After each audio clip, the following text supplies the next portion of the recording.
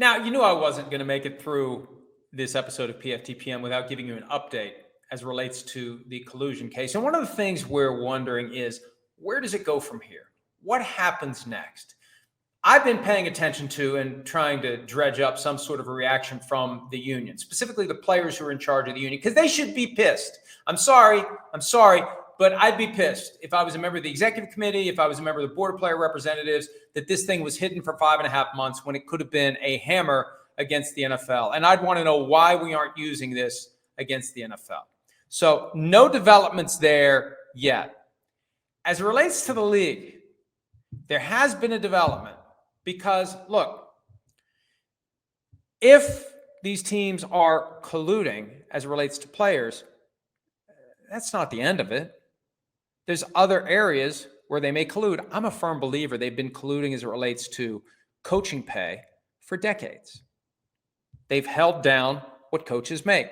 There's no salary cap. There's no salary floor. There's nothing. So they lock arms and they make sure no one goes crazy and pays a coach $40 million a year, $50 million a year, whatever it may be, because then we have to do it.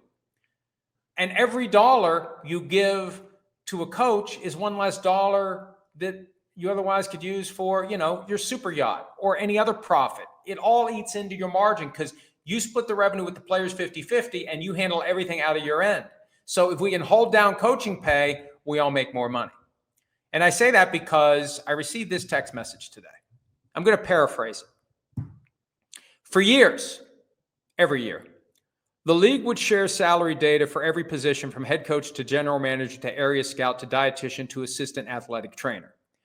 They'd give you the high, the low, the median, the average for each position in football. This year, when you try to get the information, the response is, we can't do that for legal reasons anymore.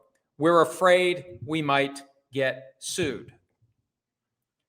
So there's your first tangible reaction by the NFL. They haven't said anything publicly and they probably won't, but there's your first tangible reaction. They are taking a look in the mirror at what this means and how else it could hurt them. And it shows you that this ruling did hurt them because it's forced them to change their way of doing business. Now, it did them a favor, right?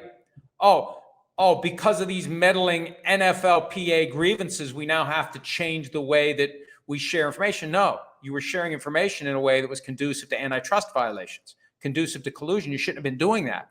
These are 32 separate businesses that need to decide on their own what they're going to be paying their people, coaches, GMs, everyone.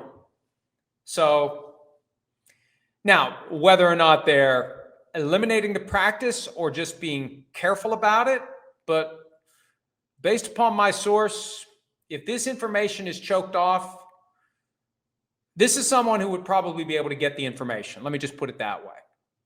So NFL understanding the impact of this ruling. Will the NFLPA figure out the power it has acquired by virtue of the partial victory in the collusion grievance? Hi, it's Mike Florio. Thanks for watching PFT on YouTube. Hit subscribe for the latest news and analysis from Pro Football Talk.